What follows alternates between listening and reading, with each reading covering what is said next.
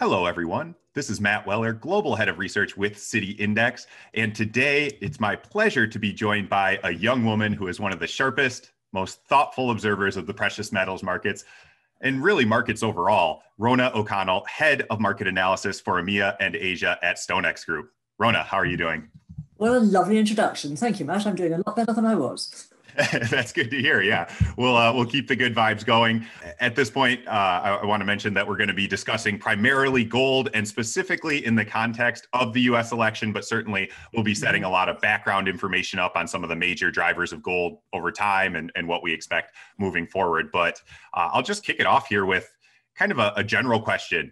A lot of people view gold as a currency. Some view it as a commodity, store of value, hedge against inflation, hedge against geopolitical risk. Maybe it's just an uncorrelated investment.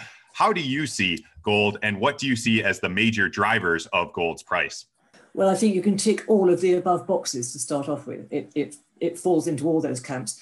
I tend to think of it primarily, if I had to take just two of those that you've listed, I would put in currency first, and probably get currency holding hands with hedge against risk, because you can't ignore the fact that it is a commodity because it's produced, it's consumed, it's traded, and it does a job of work within industry as well. So when I said two, really I'm cheating, it's three, I suppose. I think there's a good argument for store of value too. I think I heard that back in the time of Jesus, an ounce of gold could buy a good men's suit. And to this day, an ounce of gold can still buy a good men's suit. So it really wears many hats. And that's what makes it so fascinating to discuss. It does. And it's one of the reasons why there are so many lovely anecdotes about it. A simple example is that the reason why sailors and pirates, for that matter, back in the olden days, always used to wear gold earrings was because it was an internationally acceptable form of payment. So if they were washed up or there was a battle or something and they were in trouble, they had something to get out of trouble with.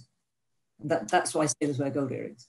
Yeah, exactly. Your wallet full of paper cash or nowadays your Bitcoin wallet would probably be ruined if you were in a sea wreck, but gold will always have value across the globe. Absolutely, yes. And I've seen wafer thin gold, not as thin as gold leaf, which is micrometers, but wafer thin gold, which has been hammered and hammered and hammered. Generally, this is Middle Eastern practice, so that it can be, rather like a cigarette paper, it can be rolled up and put into the hemline of your clothing. So if you really are running for your life or there's a geopolitical reason to get out of the country, that's another way of taking currency with you. Yeah, and before we started, you shared an interesting anecdote about the quantity of gold mined in a year versus aluminum and those prices. Could you share that as well? Absolutely, yes. Gold is not the smallest in terms of tonnage that's produced in any one year, but it's certainly pretty small. Last year, for example, the tonnage of gold produced was give or take 3,500 metric tons. And the amount of Ali which was produced last year was over 60 million. So if you look at that purely in terms of tonnage, then gold last year was 1,000th of 5.5% of the tonnage of aluminium. But then when you multiply those numbers by the average prices that those metals enjoyed last year, then gold was something of the order of $158 billion, and Ali was around about 114, I think. So gold was pretty much 40% more in terms of value than aluminium was, whereas in terms of tonnage, it's tiny. Yeah, that's a great point. I think Warren Buffett said if you took all the gold that's been mined, you could fit it in an Olympic-sized swimming pool. He used that to kind of in the broader context of being critical of the gold market, but I think it kind of drives how valuable it is that there's only that much of it in the world. So if you have a fistful, that's something that's very valuable. Absolutely, and Berkshire Hathaway now has something like $6 billion worth of gold exposure one way or another. Yeah. They put it in the second quarter of this year, I think, according to the Edgar filings. Sure. So watch what I do, not what I say in that case. Absolutely. So getting back to the current state of gold, obviously prices were subdued for about 6 years there until about summer of last year. They've been broken out. They've been in an uptrend of late. What are some of the key supply and demand drivers for gold as it stands, and how do you see those evolving moving forward? Right. Well, what's happened over the last 12 months actually has been really interesting in the way that the financial market has dovetailed with the physical market. So very quickly, if we think of it as a commodity to kick off with, it goes into dentistry and it goes into electronics and it goes into decorative wear. Then you get the jewelry sector, which is far and away the biggest. And within that, there is price elastic jewelry, and there's jewelry which isn't really very price responsive at all. Now, the difference is that in North America and in Europe, we have what is known as caratage. So I'm ashamed to say that in the United Kingdom, most jewelry is 9 carat gold, which is 37.5%, because 24 carats is 100. And the rest of that's copper, basically. In white gold, it's alloyed with nickel and silver, and so on and so forth.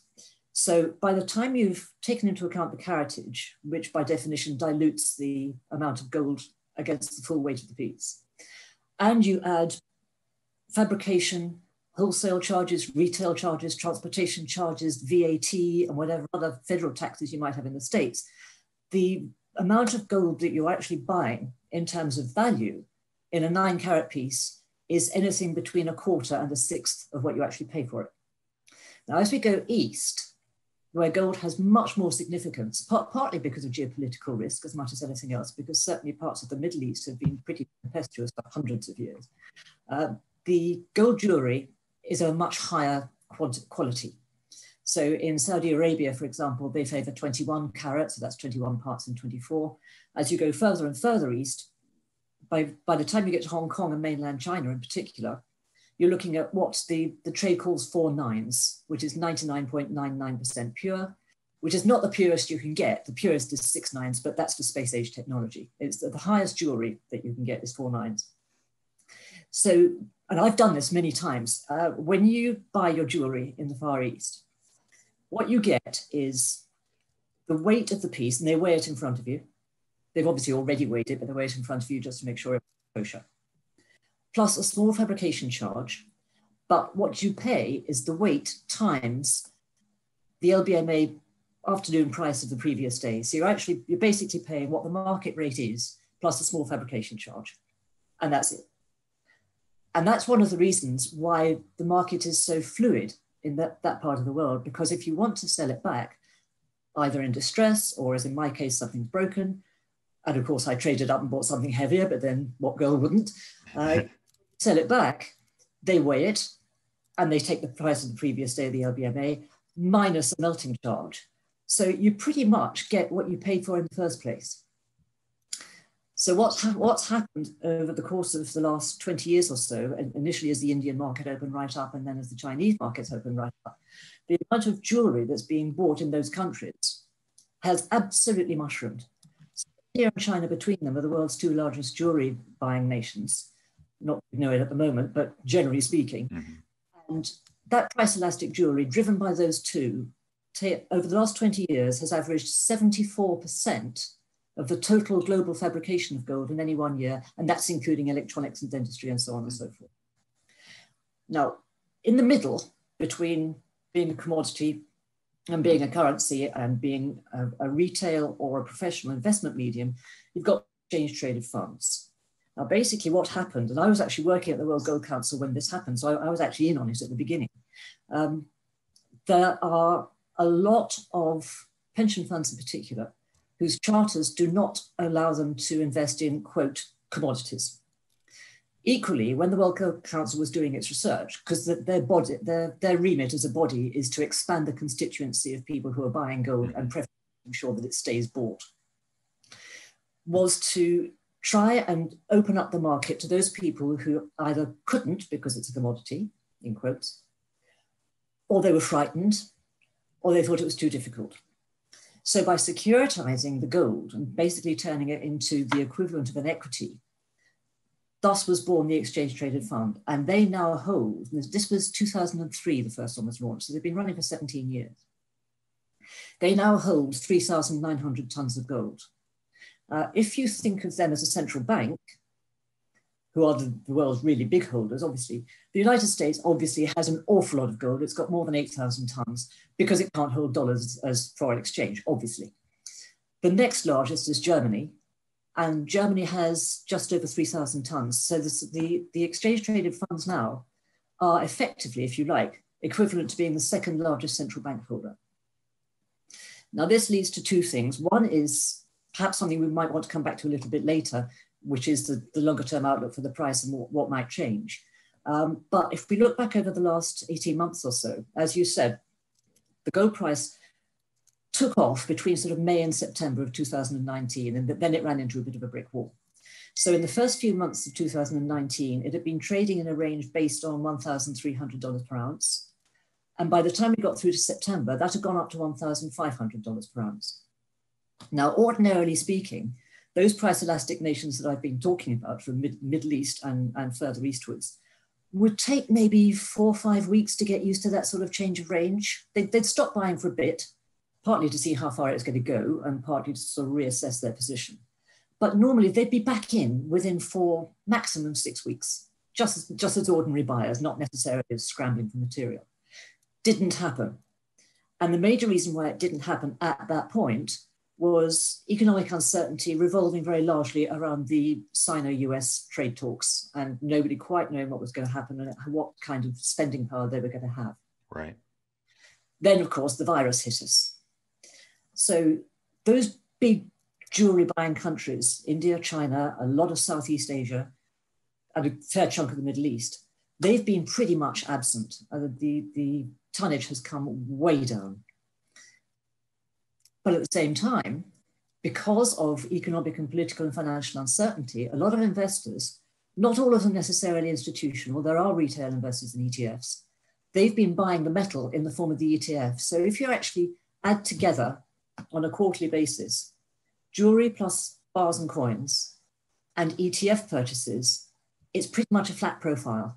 So the ETFs have basically taken up the space that the jewelry purchases have vacated. So there's been a switch between the two. Back in 2013, it was the other way around, but that goes to outlook for the price. So we might want to come back to that a bit later rather than sort of doing it now and messing up your carefully planned schedule. No, this is like a psychologist couch. We're just talking through whatever comes up. No. If I need a shrink. Yeah, exactly. I'd also heard it, and I don't know if you have insight on this, that some of the jewelry demand in as the rise of COVID, especially in the first half of the year, had taken a big hit. Is that something you've observed, and whether that's coming back as we speak here? And for the reference, for anyone watching this later, this is the 15th of October, and we'll talk about the election and some of the impacts there momentarily. But I just want to make sure we're all on the same page as far as when this is getting recorded. But how do you see the jewelry demand of late? Well, certainly in those price responsive areas that I was talking about, it's knees. Frankly, it's had it. It will come back.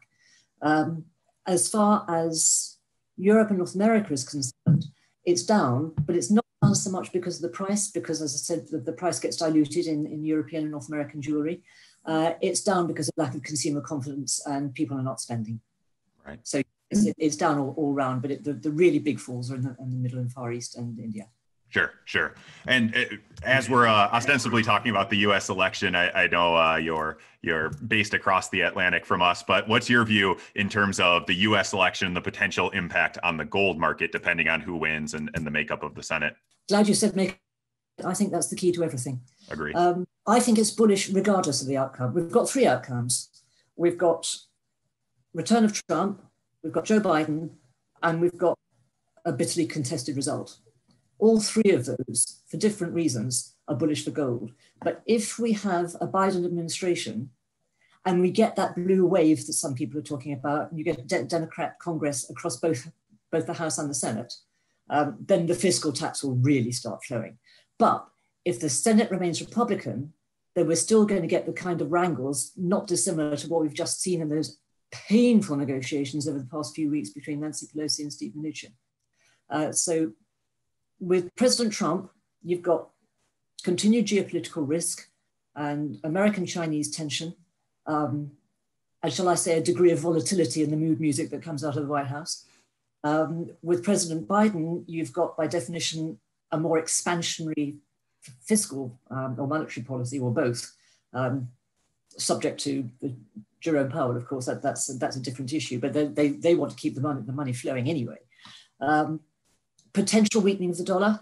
I've actually just had to do a whole raft of forecasts. It's that time of the quarter. So I've just done Reuters, I've just done Apex, and I've just done something for London Bullion Market Association. We all have, not just me.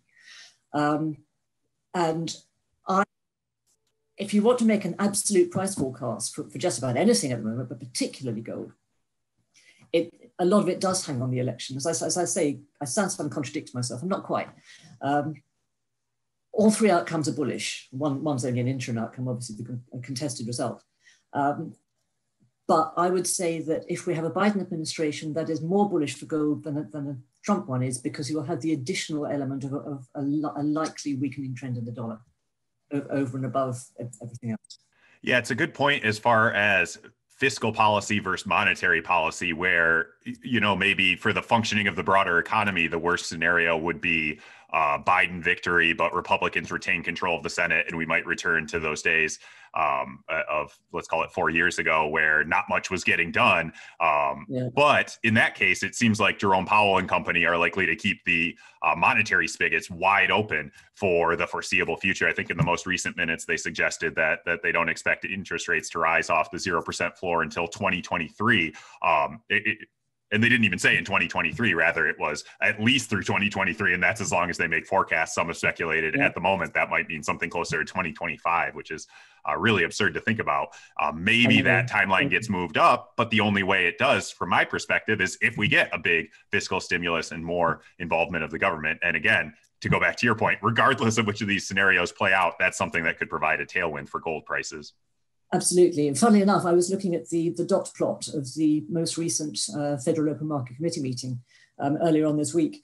For people who don't follow that side of things very closely, a dot plot is basically a graphical illustration of what each participant in the Open Market Committee thinks interest rates or where they will be for each year. So for this year, next year, and 2022, all of them are saying no change, with one exception in 2022 who was looking at sort of 75 basis points. Then when we get to 2023 and 2024, you do start to see it pushing up, and the targets for 24 was between 2 and 3%, which is still not that high. And if you follow that dot plot that shows, forecast for inflation, for growth, for unemployment, and for interest rates, as you mentioned, the Fed, it's a difficult job, but the Fed hasn't been particularly good at predicting what they themselves would do over time. So certainly looking out 4 or 5 years, that's a hard job for anyone. And the Fed, from my perspective, hasn't shown a unique talent for predicting how markets will evolve and how the economies will evolve. So I wouldn't be surprised if it's longer than that. And we'll just have to keep an eye on the data as it comes in. I think that's probably why they're all employees, because quite often if people say to me, where's the gold price going and by when? Or as somebody once said to me once when I was working for Shears Lehman, how far is it going to fall and then how far will it bounce? If I knew that, I'd be trading my own account and I wouldn't be a wage slave. So we can actually apply that to all of us. If we all knew everything, we'd all be working for ourselves, including the members of the Fed. Sure. Yeah. Drinking Mai Tais at our own private islands. Exactly. You've mentioned a couple times the price for gold. We can't obviously get into specific targets, but do you want to elaborate a little bit on what you see as some of the drivers for gold's price, how those might evolve, and what you're watching for the next year or two when it comes to the gold market? Sure. Yeah. Because it's not a commodity like copper, the arguments about market clearing prices, i.e. the price at which 10% of mine production becomes so unprofitable that it gets closed down, is far less relevant than it is for the base metals or most of the other precious metals as well. So the fact that we do have the commodity side of things is still relevant when it comes to looking at prices, because it helps to understand the flows of the metal and where it's going and why, because that adds to an assessment of sentiment.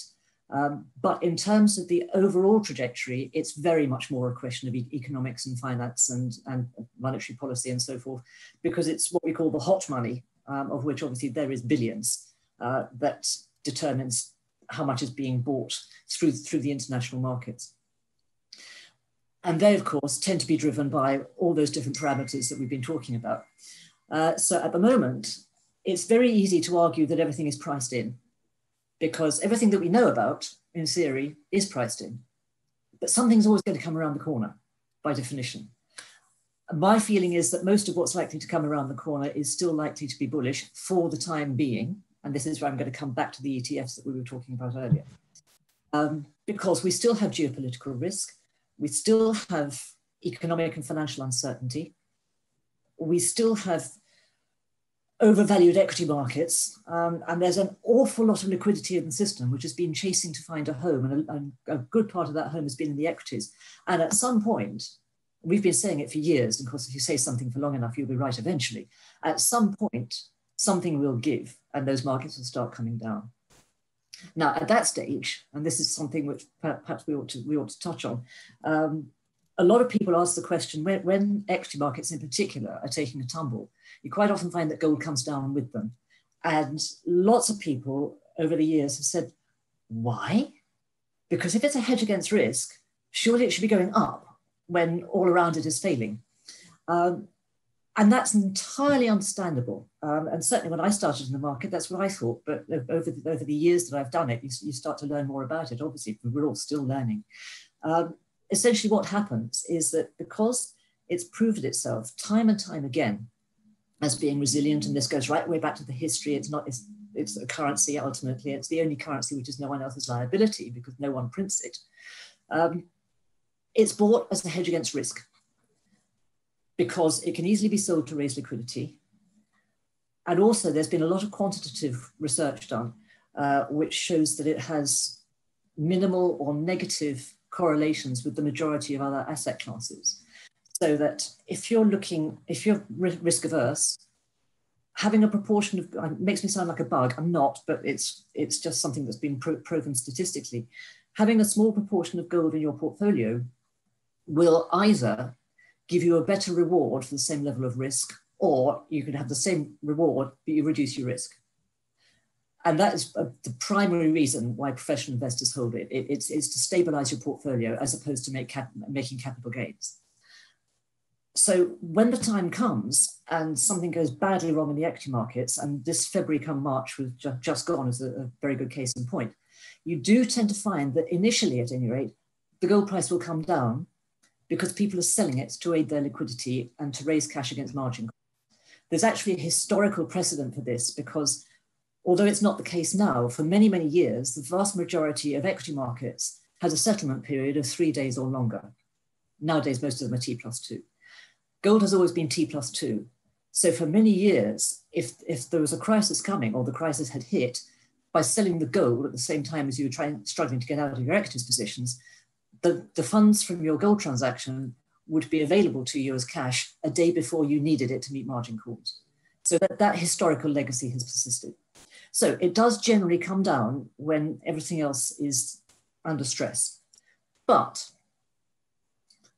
I've put together a table, I started doing it in April, I think, and I keep it regularly up to date, whereby I looked at the performance of gold from the high in February down to the trough in March, along with all the usual suspects, silver, platinum, palladium, all the metals in the London Metal Exchange suite, and a couple of equity indices. And what is interesting, now excuse me while I look at a different screen and look away from the camera, because I've got it in front of me. And this is up to date as of the start of this week. When gold came down, it captured the headlines because it was coming down, always does, but it only went to a 4-month low. Whereas, what should we choose? The S&P 500 went to a 14-month low. Copper went to 3 years, 5 months. Silver went to almost 11 years. And poor old platinum went to a 17.5-month low. Not only was gold the better underperformer, if you like, or that has sustained the smallest fall, it was also the first to recoup all its losses. So it was back at its February levels 5 weeks after the fall, whereas the S&P took 25 weeks, copper took 15. The Euro Stock 600 still hasn't got there. And at the moment, although a lot of them did recoup all those losses, some of them come back down again. Well, the best performer actually at the moment is silver, but you would expect that because when gold is in a bull market, silver tends to outperform, but that's probably a conversation for another day. But it's all to do with the relationship between the two of them and silver's inherent volatility. So that said, that sets the scene for what is going to happen in the longer term.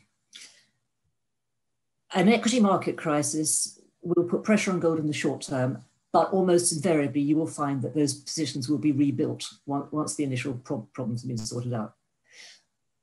This time around, by comparison with the Lehman crisis, that was man. That was irresponsible banking procedures. This one, we're dealing with the forces of nature, so there is so much more uncertainty that it's likely that gold's bull run will probably be longer than it was in the wake of Lehman. If I had to pinpoint any one development which would end this gold bull market, it would be absolute confidence that the virus has been, if not beaten, certainly well and truly compressed. And economic and financial confidence starts to come back in, and people start doing a little bit of spending, and consumer confidence comes back to the fore. At the same time, this means that it's very easy to paint a reprise of the year 2013, which was when the financial markets finally exhaled their breath on the basis that the problems were pretty much past us and we could go back to normal. And as a result of that, this is why I'm coming back to the exchange traded funds and coming full circle and tying it in with the physical market at the retail level. Over the course, particularly of the period April through June of 2013, there was a phenomenal amount of gold sold out of the exchange traded funds to the extent that they became price makers rather than price takers. The actual overall sales went from December 12 to, I think it was January 2014. But over the period 2013, 880 tons of gold was sold out of the ETS, and it all went into the Far East. And this is because professional money managers were rotating out of the risk-off assets and starting to build their risk profile. And at the same time, there was a voracious appetite for gold, particularly in mainland China. And the only thing which slowed down the rate of flow of the gold into China didn't all come across the Atlantic, because a lot of it had been vaulted in Europe, but it was notionally in predominantly US ETFs and some European. The only rate determining step was the capacity of the Swiss refiners, who were working 24/7, turning the large good delivery bars. And good delivery bars is basically what's traded in the international markets. It's what the central bankers would hold, and it's what's acceptable in the local London delivery. What the Chinese people tend to buy if they're looking for gold as an investment would be small bars, anything from a kilogram down to a gram. And again, we go back to the 4 nines. So the Swiss refiners were taking the London good delivery bars, which are 99.5% pure, refining them into kilo bars and smaller denominations in 4 nines, and shipping that out into the Far East. And what happened in the end was that the premium in China was so high over the local London prices that some of the banks got in on the act, and they started importing a lot of gold as well, so that they could capture the premium by selling into the domestic market. And I had lunch at the start of 2014 with a lovely chap who was he's retired now, but at that point he was the head of the London bullion operation for JP Morgan, and he was also the chairman of the London Bullion Market Association Fiscal Committee. And he reckoned that between them, they're called Chinese aunties, the matriarchs in the family, the ones who determine who buys what and when and how much. The Chinese aunties and their families, plus the banks between them, this gentleman thought was probably overbought to the extent that it would take about 6 months for things to get back onto an even keel. In fact, it took more like 18. There's a lot of metal in China, and it stays there, generally speaking, unless it's coming out as a byproduct from base metal refineries.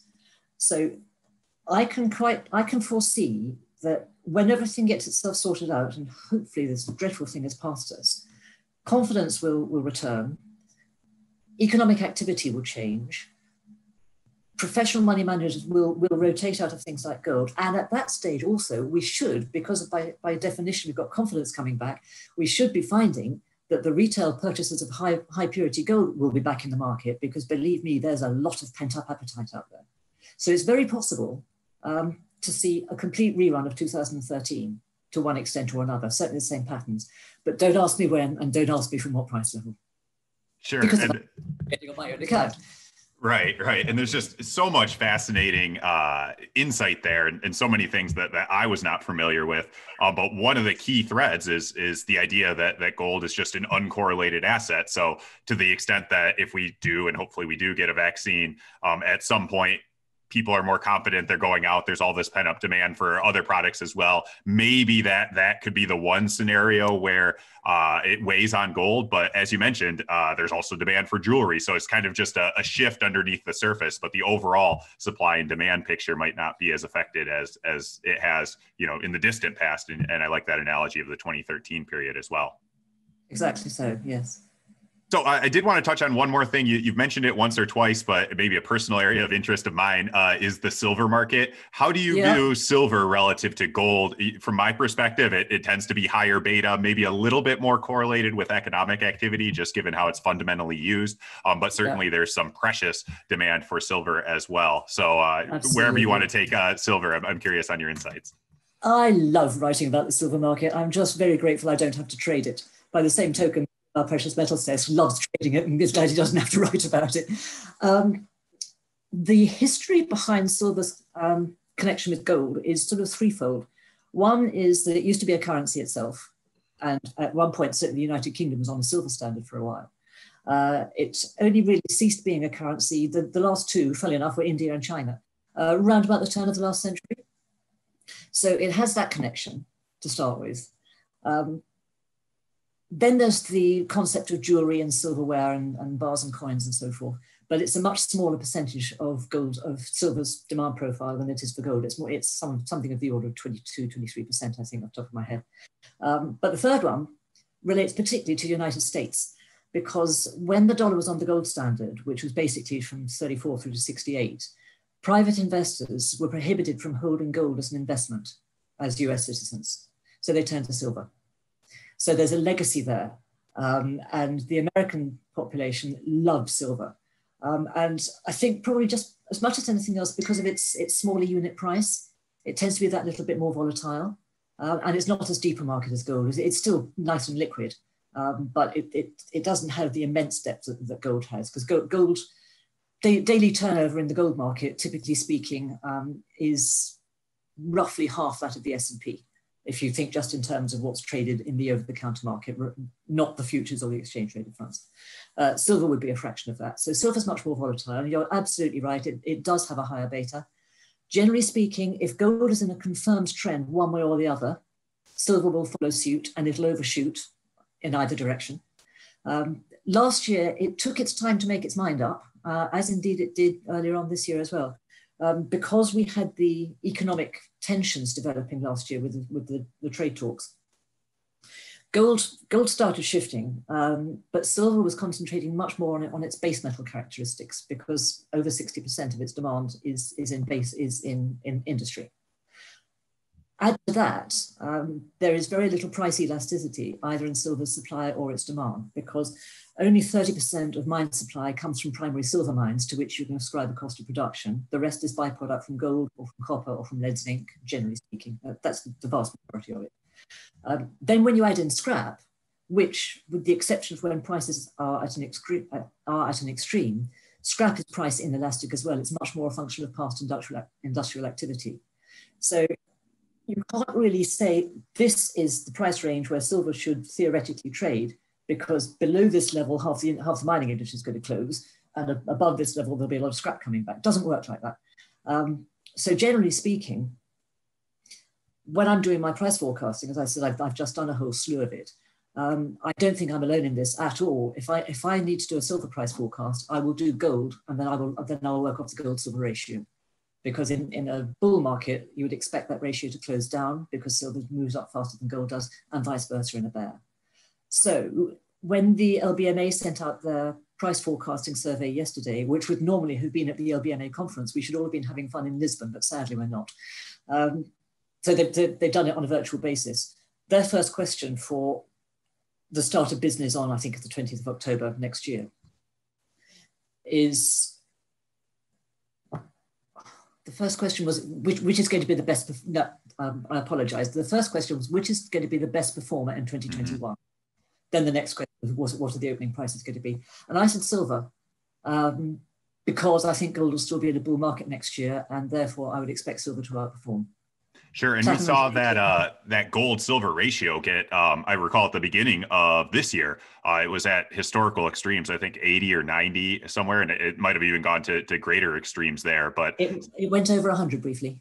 Wow. Yeah. So that tends to revert to the mean, but as you mentioned, that depends on whether we're in a bull market or a bear market. And certainly at the moment with gold, I think in a longer term bull market, and you could say the same for silver, it wouldn't be surprising to see that ratio contract moving forward. Absolutely. But the one thing about silver is that if you're going to trade it, you just have to be glued to your screen, because you can blink and you can miss it. It can be really vicious. And when it comes down, boy, does it come down fast. I've written about it several occasions, describing it as Cinderella, because it's a metal that will quite happily live below stairs for months or years. When she comes to the party, she does it with a real splash. And when she leaves, she goes quickly. Yeah, without her clothes sometimes, or at least her shoe. Indeed. She loses her shoe and everyone else loses their shirt. Wow, that's great. That's a great analogy. So this has been really fascinating, Rhona, and thank you for your time and your insights. I want to give you an opportunity to share with the listeners where you're publishing your research, what you're watching now, and just generally how people can stay up to date with your insights. For sure, yes. It's all on the market intelligence portal via the StoneX systems. There's a daily commentary. We do quarterly outlooks. My colleague Natalie, who covers the base metals, but also has some precious metals experience, we used to work together in a former life. She and I are running webinars, generally one every 6 weeks. And she's actually doing one next Tuesday, which is on the battle of the batteries, she's called it, in an electrified world. So she's looking at the electrification of the vehicle fleet for this one. I've just done one on gold. But they're free to air. Anybody can chime in. This will be the last one for this year, because 6 weeks will be early December and no one's going to be interested. And then there are thought leadership pieces as and when appropriate. So we've done something on SARS Corona. I did something on gold and oil. And I've done I've done several webinars this year, for which slides are available for some of them at any rate, including one for LME week, which is next Monday morning London time, I think. But I'm pretty sure they'll be recording it. We've actually already recorded it. We did it earlier on this week. And that's all part of the London Metal Exchange Week, which would normally be the largest gathering of the metals markets in any one year in the world. But that's not going to happen. We're all doing it virtually. Sure. So the MI portal, and we also have a distribution system. So if people would like to receive it through their emails, just let us know, and we can put them into the MI system, and it'll go down to you go out to you rather as a newsletter. And again, that's at no cost. Absolutely. Great stuff.